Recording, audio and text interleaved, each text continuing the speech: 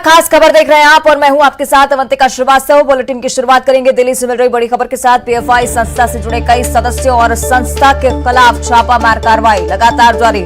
केंद्रीय जांच agency NIA और ईडी का ज्वाइंट ऑपरेशन है। 7 राज्यों में छापेमारी चल रही है। साथ ही उत्तर प्रदेश, मध्य प्रदेश, पंजाब, दिल्ली का नाम भी इसमें शामिल है।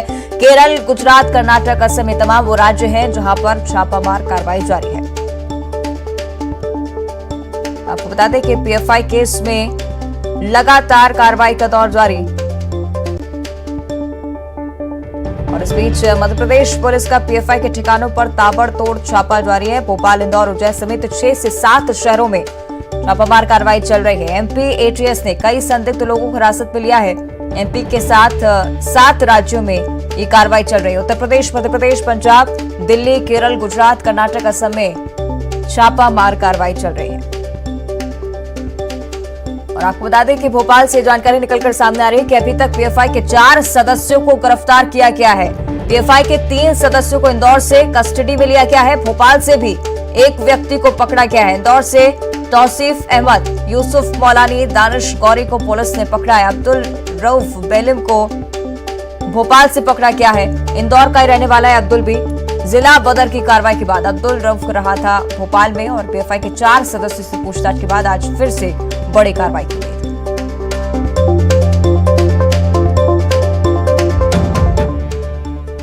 और अब शाहजहांपुर से बड़ी खबर आप तक पहुंचाते सूत्रों के हवाले से जानकारी सामने आ रही है कि देर रात एटीएस ने कुछ संदिग्ध लोगों को हिरासत में लिया है। यहां से भी पीएफआई लिंक की जांच की जा रही है। शाहजहांपुर से जानकारी, क्योंकि बीते दिनों शाहजहांपुर का नाम सामने आया था। सूत्रों के हवाले से जानकारी कि देर रात एटीएस ने कुछ संदिग्ध लोगों को हिरासत में लिया है।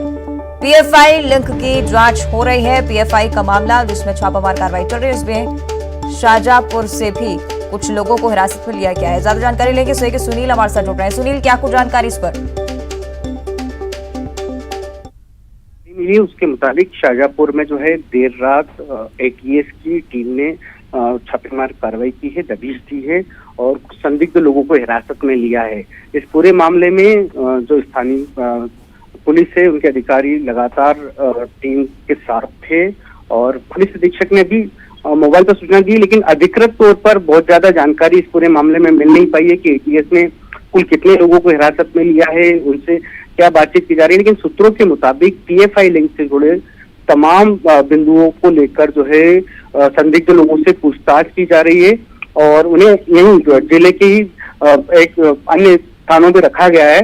बहुत ज्यादा खुलासा नहीं किया गया है। पुलिस पूरी गोपनीयता बरत रही है और उनसे पूछताछ के बाद ये तलाश किया जा रहा है कि क्या शाहजहांपुर से पीएफआई का लिंक है, क्योंकि पिछले दिनों शाहजहांपुर में जो है पाकिस्तान जिंदाबाद के नारे और कई आपत्तिजनक गतिविधियों को लेकर भी कुछ लोगों की गिरफ्तारियां हुई थी। उसके बाद से शाहजहांपुर भी जांच एजेंसियों के रडार पर है और यहाँ पर भी पुलिस की एजेंसियां तमाम बिंदुओं पर ये जांच करने में जुटी कि क्या स्थानीय लोग भी पीएफआई से कहीं न कहीं कनेक्ट है या किसी तरीके का कोई कनेक्शन शाहजहांपुर से है।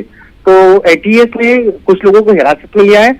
अधिकृत तौर पे अभी डिटेल सामने नहीं आ पाई है, लेकिन थोड़ा वक्त तो जैसे जैसे बीतेगा गृह मंत्री नरोत्तम मिश्रा भी जुड़ रहे हैं। नरोत्तम जी, बहुत बहुत स्वागत है आपका न्यूज 18 पर। निश्चित ही आपसे अब ये समझना चाहूंगी, क्योंकि एक बार फिर से स्ट्राइक पीएफआई की मध्य प्रदेश में देखने को मिल रही है। क्या कुछ कार्रवाई अब मध्य प्रदेश सरकार की तरफ से? लोगों को 8 जिलों के अंदर पूछताछ के लिए मध्य प्रदेश की पुलिस ने हिरासत में लिया है। ये जो 3 लोग इंदौर के और एक व्यक्ति उज्जैन का पहले पकड़ा गया था, इन 4 लोगों से पूछताछ के बाद में जो पीएफआई के पदाधिकारी और अन्य नाम सामने आए थे, ऐसे करके 21 लोगों को मध्य प्रदेश के अंदर हिरासत में 8 जिलों के लिए अंदर लिया गया है। इंदौर, उज्जैन, शाहजहांपुर, भोपाल, राजगढ़, गुना, श्योपुर और नीमच, ये 8 जिले हैं जिनमें इन लोगों को हिरासत में लिया है। ये लैपटॉप है, मोबाइल, वो भी लिए। इसके बाद आगे की पूछताछ होगी। जी, पीएफआई पर बैन की सर जब बात की जा रही थी तो निश्चित ही आपने कहा था कि राष्ट्रीय स्तर पर कार्रवाई हो रही है तो वहां से बैन लगेगा। क्या आप माने कि मध्य प्रदेश सरकार इस पर कोई टेक लेगी? अब ये पूरे देश में कार्रवाई हुई है, इसलिए जो भी निर्णय होगा वो केंद्र सरकार जिसका लेगी या एनआईए लेगी। नरोत्तम जी, इस बार की कार्रवाई में स्टेट पुलिसिंग की भी एक महत्वपूर्ण भूमिका है, आईबी की भी महत्वपूर्ण भूमिका है, तो क्या हम माने कि इस दिशा में कार्रवाई हो सकती है? ये पूरी कार्रवाई मध्य प्रदेश पुलिस के द्वारा की गई है। निश्चित ही। और साथ ही शाहजहांपुर की अगर हम बात करते हैं तो ये माना जा रहा था कि एक ऐसा सेक्टर शाहजहांपुर मध्य प्रदेश में बन गया था जहां पर पुलिस की नजरों से बचना पीएफआई के लिए आसान था। इसको लेकर क्या कुछ कहेंगे? हमारे मध्य प्रदेश पुलिस पूरी चौकन्नी है, उसकी नजर से कोई नहीं बचेगा। पीएफआई का अब निश्चिंत रहे, पूरा पाया जाएगा। ऐसा हर संगठन को नेस्तनाबूद किया जाएगा। साथ ही एक और बात नरोत्तम जी, पीएफआई का कनेक्शन इतना बड़ा क्या मान रहे हैं कि एक बार कार्रवाई हुई लेकिन वो भी नाकाफी साबित हुई, उसके बाद दोबारा एक बार फिर से स्ट्राइक मध्य प्रदेश में? दोबारा तिबारा 4 बार जितनी बार भी कार्रवाई करना होगी उतनी बार कार्रवाई करेंगे, छोड़ेंगे नहीं। ठीक है, यानी कि कार्रवाई का दौर जारी रहेगा। शुक्रिया आपका इस पूरी बातचीत के लिए। तो ये थे गृह मंत्री नरोत्तम मिश्रा जो कि जानकारी दे रहे थे कि पीएफआई की तरफ जिस तरह से कार्रवाई चल रही है वो आने वाले समय में भी जारी रहेगी और एक बार फिर से ये उम्मीद की जा रही है कि कई बड़े खुलासे इस कनेक्शन को लेकर हो सकते हैं। ठीक है, तो सुनील हमारे सहयोगी लगातार शाहजहांपुर से हमें चर्चा में बने हुए थे और जानकारी दे रहे थे। शुक्रिया आपका सुनील इस पूरी जानकारी के लिए। और आगे बात करेंगे बैतूल की सारनी थाना क्षेत्र में सोमवार देर शाम 9 साल की बच्ची को चॉकलेट का लालच देकर युवक ने दुष्कर्म किया, जिस पर मोहल्ले वालों ने आरोपी युवक की जमकर पिटाई की और युवक को सारनी पुलिस के हवाले कर दिया गया। पुलिस से मिली जानकारी के अनुसार बालिका अपने घर के सामने खेल रही थी और इसी दौरान मोहल्ले का ही सोनू अंसारी आया, बालिका को चॉकलेट का लालच देकर अपने घर ले गया, जहां पर उसके साथ दुष्कर्म किया है। पीड़िता के रिश्ते के भाई ने ये देखा और मोहल्ले वालों को इसकी जानकारी दी गई, जिस पर मोहल्ले वालों ने आरोपी युवक की जमकर पिटाई की। उसके बाद सारनी पुलिस के हवाले आरोपी को कर दिया गया।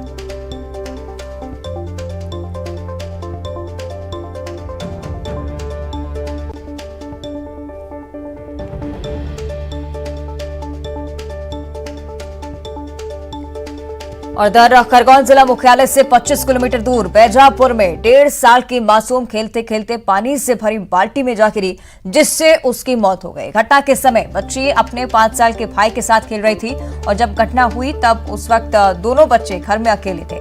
परिजन जब घर पहुंचे तो बच्चे को बाल्टी के पानी में डूबा देखकर आनन फानन में खरगोन जिला अस्पताल लेकर पहुंचे, जहां डॉक्टर ने मासूम को मृत घोषित कर दिया। मासूम बच्चे के पिता राकेश ने जानकारी देते हुए बताया कि घर पर कोई सदस्य मौजूद नहीं था। परिवार के सदस्य मजदूरी करने के लिए गए थे और घर पर 5 साल का जो बालक था और उसकी जो 1.5 साल की बहन थी वो अकेली थी। ज्यादा जानकारी लेंगे सहयोगी आशुतोष हमारे साथ फोन लाइन पर जुड़ रहे हैं। आशुतोष, महज एक छोटी सी लापरवाही जो कितनी भारी पड़ी, इस छोटी सी जान की परवाह नहीं की परिवार वालों ने और अकेले घर पर छोड़कर चले गए। आशुतोष।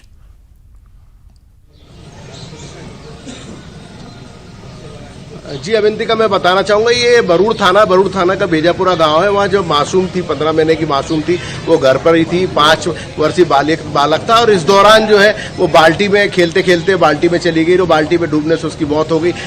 बताया जा रहा है कि राकेश जो उसके पिता हैं और माँ दोनों मजदूरी पे गए थे और जब वो मजदूरी करके लौटे हैं और शाम को जब उन्होंने देखा और उसके बाद जिला अस्पताल ले गए तो डॉक्टरों ने मृत घोषित कर दिया। बड़ी लापरवाही है क्योंकि बच्चों को घर पे छोड़ के गए थे और खेलने के दौरान अवंतिका ये बड़ा हादसा हुआ, दुखद हादसा हुआ। बेजापुरा गांव में पूरी तरीके से मातम छा गया। अवंतिका, निश्चित एक दुखद हादसा है। शुक्रिया आपका आशुतोष इस जानकारी के लिए। और अब बड़ी खबर ग्वालियर से सामने आ रही है। नर्सिंग कॉलेजों के फर्जीवाड़े का ये मामला है। हाईकोर्ट के डबल बेंच में प्रदेश के डीएमई को तलब किया गया है। इंडियन नेशनल नर्सिंग काउंसिल के सेक्रेटरी को 28 सितंबर को तलब किया गया है। एएसपी शैलेंद्र सिंह चौहान ने नर्सिंग कॉलेज के दस्तावेज कोर्ट में पेश किए थे। कल भी नर्सिंग कॉलेज के मामले में सुनवाई होगी। हाईकोर्ट ने ग्वालियर चंबल अंचल के 37 कॉलेज के संबद्धता रिकॉर्ड जब्त करने के पुलिस को आदेश दिए थे। ज्यादा जानकारी लेंगे सहयोगी सुशील हमारे साथ फोन लाइन पर जुड़ रहे हैं। सुशील, क्या कुछ जानकारी इस पूरे मामले पर?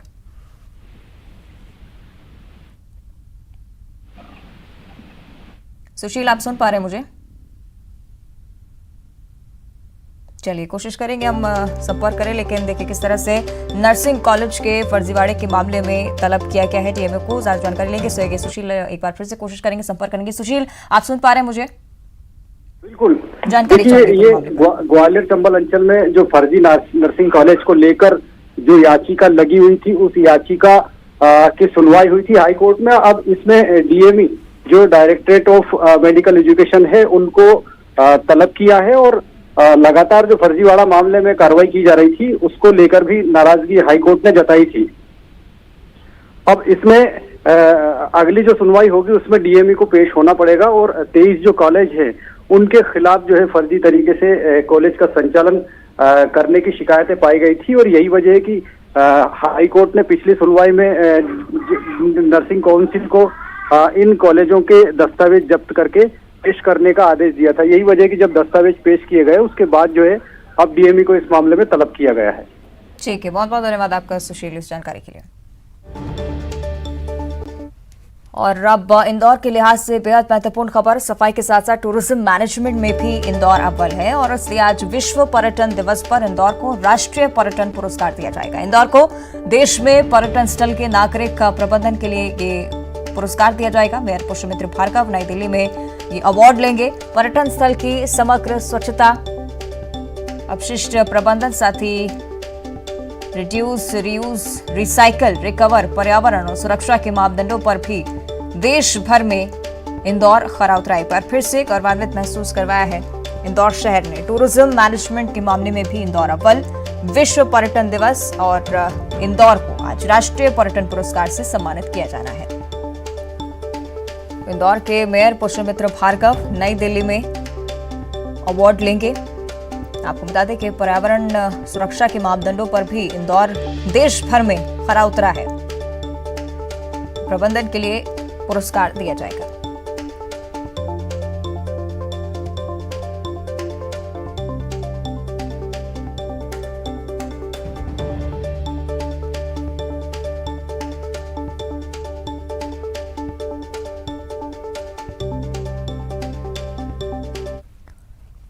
आगे बढ़ते हैं, भोपाल से बड़ी खबर है। वाल्मी परिसर के पास बाघ नजर आया है। कलियासौर डैम के पास पानी पीता बाघ दिखा है।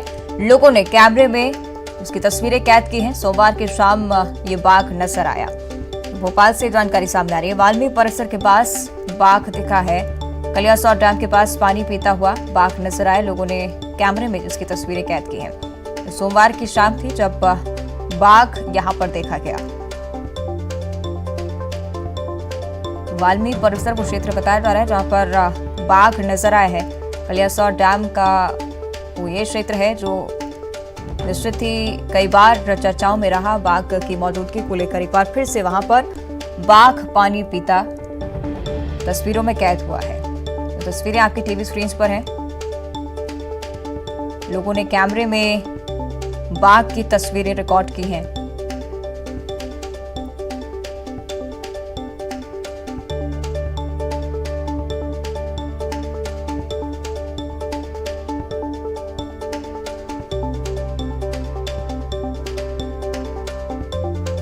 एक्सक्लूसिव तस्वीरें न्यूज़ 18 आप तक पहुंचा रहा है। लोगों के कैमरे में ये बाघ की तस्वीरें कैद हुई हैं। कलियासौर डैम का वो क्षेत्र जहां पर पानी पीता बाघ नजर आया है। और दर भिंड पुलिस ने मैट्रिमोनियल साइट पर फर्जी प्रोफाइल बनाकर साइबर ठगी करने वाले गिरोह के महिला सदस्य को नोएडा से गिरफ्तार कर लिया है। महिला के कब्जे से पासपोर्ट, मोबाइल फोन समेत कई सामान जब्त किए गए हैं। ठगी के मामले में पुलिस ने नाइजीरिया से इसके पति सहित 5 सदस्यों की 1 साल पहले ही गिरफ्तारी की थी।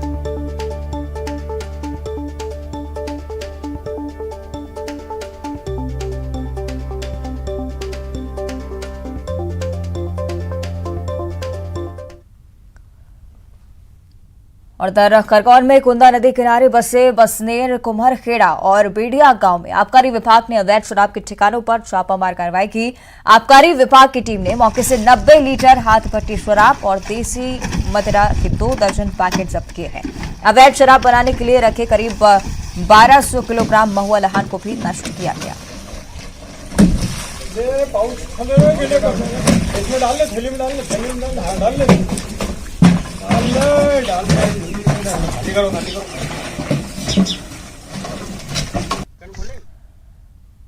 और जबलपुर में नेताजी सुभाष चंद्र बोस मेडिकल कॉलेज में नर्स की नौकरी दिलाने का झांसा देने वाले 3 युवक पकड़े गए हैं। ड्यूटी पर तैनात सुरक्षा गार्डों को हॉस्पिटल में कंट्रोल रूम से इन जालसाजों की जानकारी प्राप्त हुई थी, जिसके बाद तत्काल सुरक्षा प्रभारी ने मौके पर पहुंचकर तीनों जालसाजों को दबोच लिया। पकड़े गए जालसाज छिंदवाड़ा निवासी युवती को नर्स की नौकरी दिलाने के नाम पर 50,000 रुपए ले चुके थे। आरोपी 2 युवक भोपाल और एक सिवनी का रहने वाला है।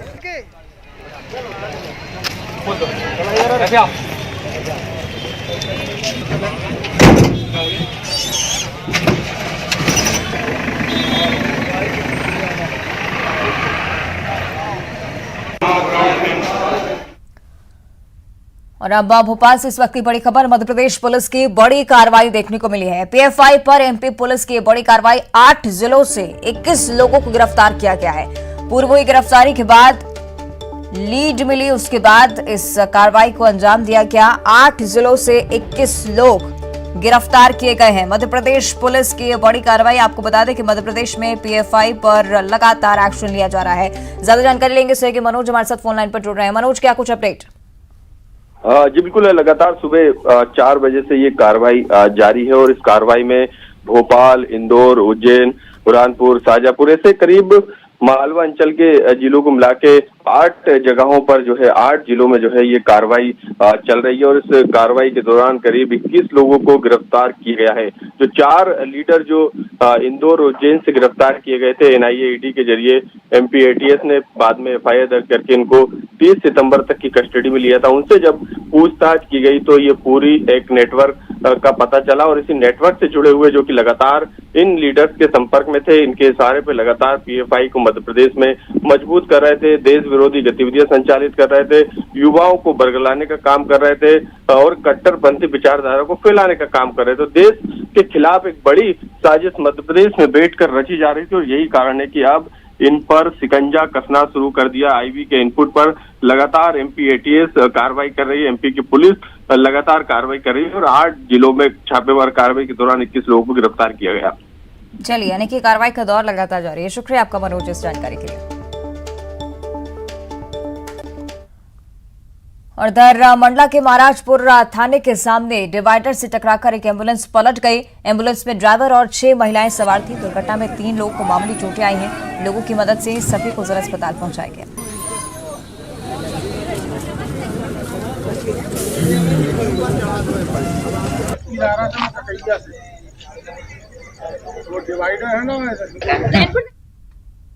और इधर जबलपुर में प्रशासन ने लाखों रुपए कीमत की मानक पॉलिथीन जब्त की है। मुताबिक जो सूचना मिल रही है, पुलिस और स्वास्थ्य विभाग की टीम ने एक ट्रक को गोहलपुर के पास से जब्त किया है, तो वहीं दूसरा ट्रक सुभाष नगर के गोदाम से जब्त किया गया है। इन दोनों ट्रकों में अमानक पॉलिथीन रखी पाई गई है, जिसे जबलपुर में खपाने की योजना बनाई गई थी।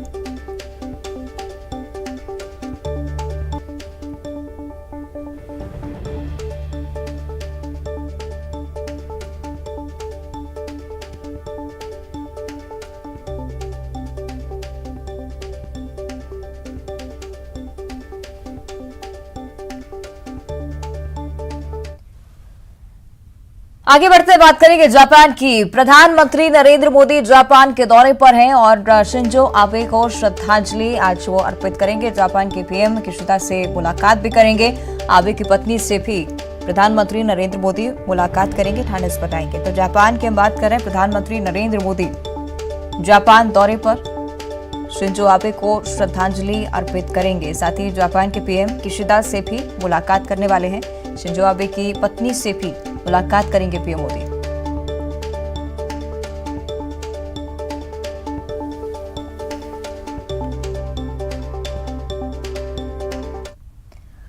आगे बढ़ते बात करेंगे ग्वालियर की। ग्वालियर चंबल अंचल में लंपी वायरस का प्रकोप देखने को मिल रहा है।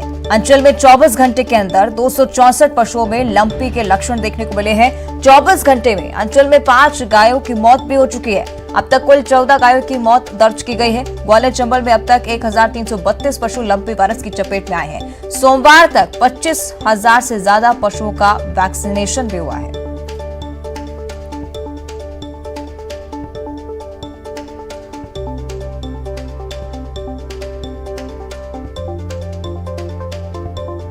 ग्वालियर चंबल अंचल, जहां पर लंपी वायरस का प्रकोप देखने को मिल रहा है। 264 पशु ऐसे हैं जिनमें लंपी वायरस के लक्षण पाए गए हैं, लेकिन वैक्सीनेशन भी उसी रफ्तार से चल रहा है।